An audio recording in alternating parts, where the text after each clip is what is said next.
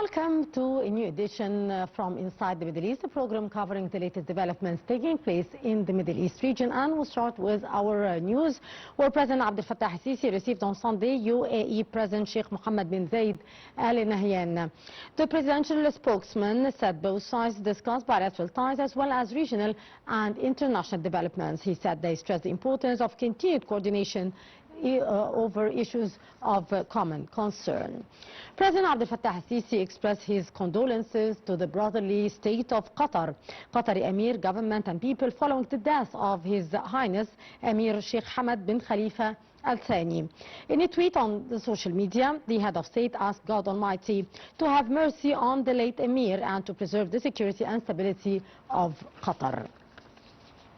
Sheikh Hamad bin Khalifa Al Thani, who as ruler of Qatar transformed the Arabian Gulf state into a global player in the diplomacy, media and investment, passed away.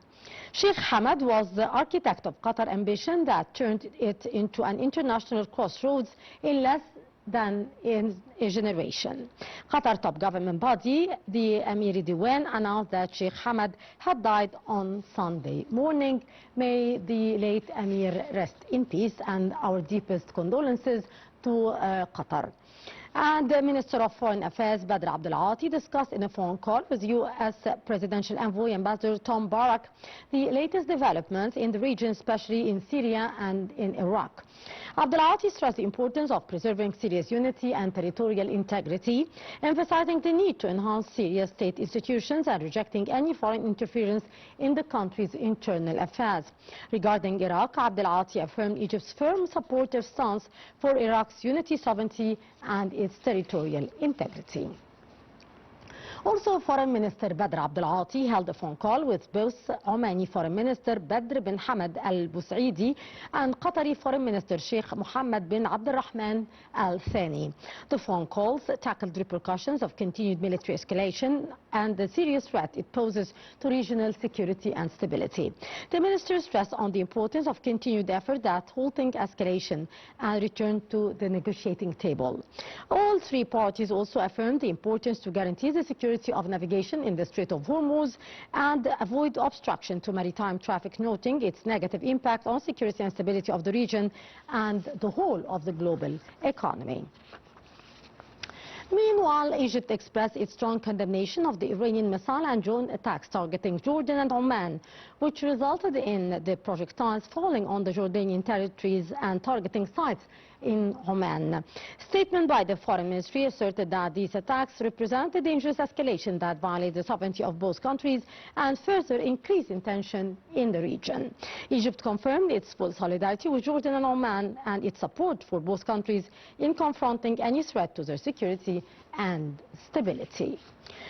Foreign Minister Badr Abdul Ati held also a call with his Turkish counterpart Hakan Fidan. During the call, the two top diplomats reaffirmed their commitment to follow up on the outcome of the first meeting of the High-Level Strategic Council held in Cairo in February under the chairmanship of President Abdel Fattah al-Sisi and Turkish President Recep Tayyip Erdogan. The two top diplomats exchanged views on regional developments, emphasizing the importance of reducing tension and containing the regional instability. Minister of Defense and Military Production Ashraf Salim Zahir, the General Commander of the Armed Forces, headed to Turkey on Sunday for an official visit. The military spokesman made the announcement, adding that the Defense Minister is heading a high-level military delegation. The spokesman noted that the visit comes upon an invitation from the Turkish Defense Minister. And our news came to an end. We'll go to a short break, and after that we'll be back after this short break, so stay tuned.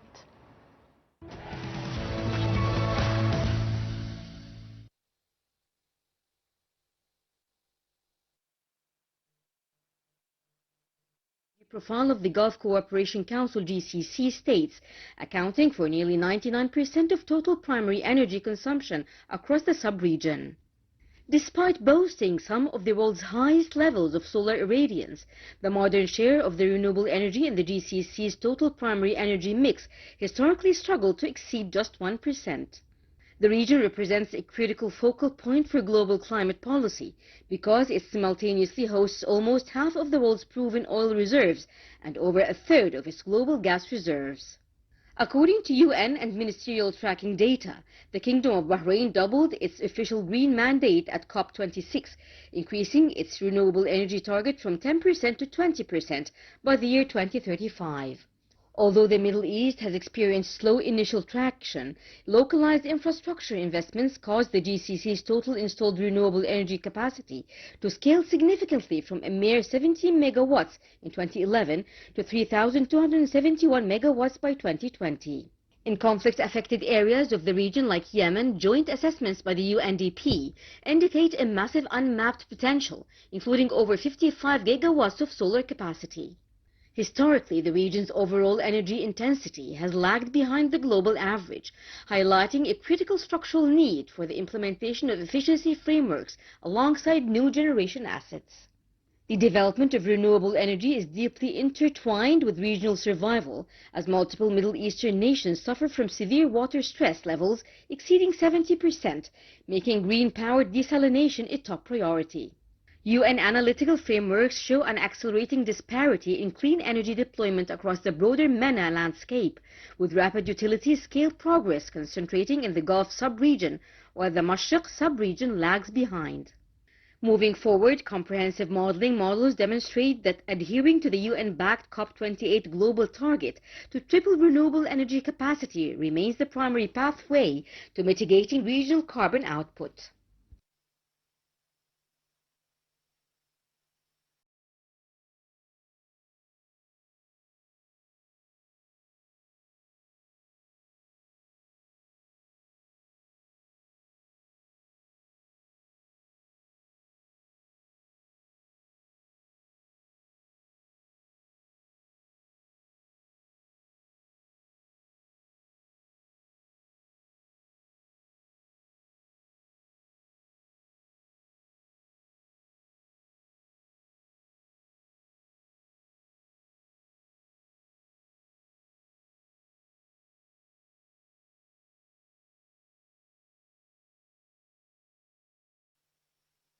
According to official communiques from the Egyptian Ministry of Foreign Affairs, International Cooperation and Egyptian expatriates, Foreign Minister Badr Abdulati and Turkish Foreign Minister Hakan Fidan have significantly intensified diplomatic engagement to de-escalate regional hostilities.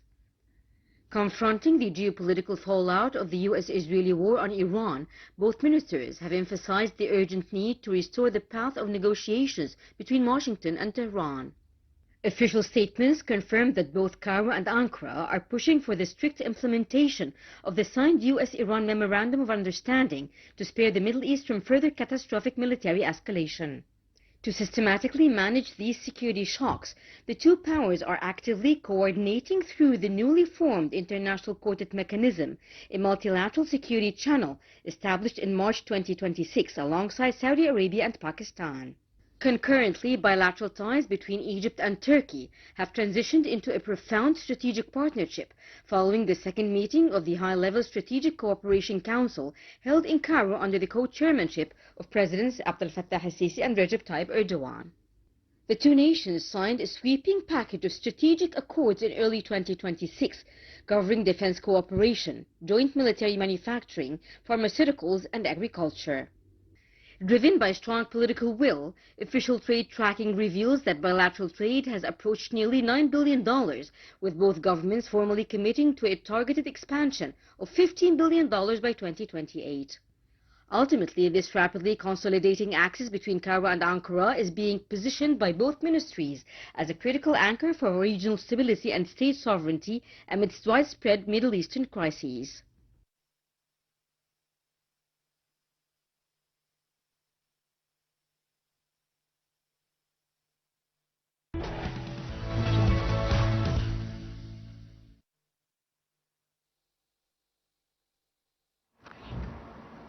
Welcome back. That was a report about the efforts exerted by Egypt and Turkey in order to try to defuse the tense situation in the Middle East region and to shed more light on the latest developments and the efforts exerted by Egypt and Turkey, Pakistan and Saudi Arabia in order to defuse the tense situation in the Middle East region in light of the recent resumption of attacks between both Iran and the United States. And to shed more light on the issue, we are very much delighted to be joined over the phone by by Dr. Abdulrahman, our prominent journalist. Good afternoon to you, Dr. Abdulrahman. And a very good afternoon to you. Hello to you and to the dear viewers. Thank you so much for joining us. Pleasure. Sir, Egypt, Turkey, Saudi Arabia and Pakistan made an international quartet. Realistically, what unique leverage does this specific grouping have over Washington and Tehran in order to try to defuse the very tense situation that erupted a few days ago with the resumption of attacks from Iran and from the United States over the different destinations in the Gulf states and, of course, some ships in the Strait of Hormuz? Well, we do need such coalition, if I might call it. The region needs such grouping and allying and coordinating a front against any vicious power that seeks instability and undermining the stability in the region. I believe that the four countries agree on one concept, which is prosperity and stability is the main object and the main target to achieve and to put off the fires that other vicious powers are insisting to let up and ignite in the region. Yes. I believe also that such coalition will be targeted by this unit's existence and will be fought by the powers of evil. And that's why I believe they should be persistent to this alliance, this gathering. It's a very important and strategic to maintain stability and restore security in the region, whether the Arabic East or the Middle East. Yes. Sir, Foreign Minister Badr Abdulati held phone call with his counterpart from Turkey, Hakan Fidan, over the exchanging of views over regional development, emphasizing on the importance of reducing tension and containing the regional instability. And at the same time, the Minister of Defense also is in an official visit to Turkey upon an official invitation. What are the measures taken here and the efforts exerted by Egypt and Turkey, the joint efforts here in order to contain the very alarming situation which is spiraling to more violence, and that, of course, in light of also the comments by the U.S. President that he is not considering the memorandum of understanding to be valid anymore? Well, the first hint observed by such visit paid by our Minister of Defense to Turkey, according to an official invitation, shows that all levels of cooperation is opened and ready to be discussed. And this is a very important thing to do, because we are in this region today. We are fighting strategically the domination of the CENTCOM. The CENTCOM today is straining its influence, trying to gather armies from this region to be under its own command, which is refused strategically and by all means, at all levels. Yes. And of course, we remember that Egypt has called for an Arabic army led by Egypt 10 years ago, but of course this invitation wasn't meant to happen. Maybe throughout cooperation with Turkey and Pakistan, we can create such kind of coordination all between the three of us, especially that we are the strongest armies, truly strongest armies in the region. The Egyptian, the Turkish, the Pakistani are the most strong armies in the region. So I believe throughout such gathering, throughout such strategic and channels of command and a channels of cooperation, along with the diplomatic, along with and of course we can never neglect the economical dimension, which is a very important to preserve and to raise the level of cooperation economically between Egypt and Turkey and Pakistan, and of course all countries around us. Yes. Sir, the two top diplomats heavily emphasized the state's sovereignty and refraining from all use of force. Who is that message primarily directed at, from your point of view? Exactly, sharply directed against the American influence and the Zionist influence in the region. We must admit that this region is facing and confronting, or should be confronting as one front, the raise of the level of the threat, whether the American militarily or the Zionist greeds militarily, especially that, as I have mentioned, there is a domination and there is a control role accomplished by the CENTCOM in the region, which is a threat to our own army, our own stability, and as large, whether the Middle East or the Arabic East. As well as we are facing the expanding of the Zionist occupation and domination and spreading its influence all the way to Euphrates and all the way to our own Nile basin in the Horn of Africa and in Ethiopia and in Somaliland, that unrecognized except by the Zionist existence and one of the countries in the region, all over the world. So I believe that this is the main task today. It's a historical task, and it's what's going to happen next.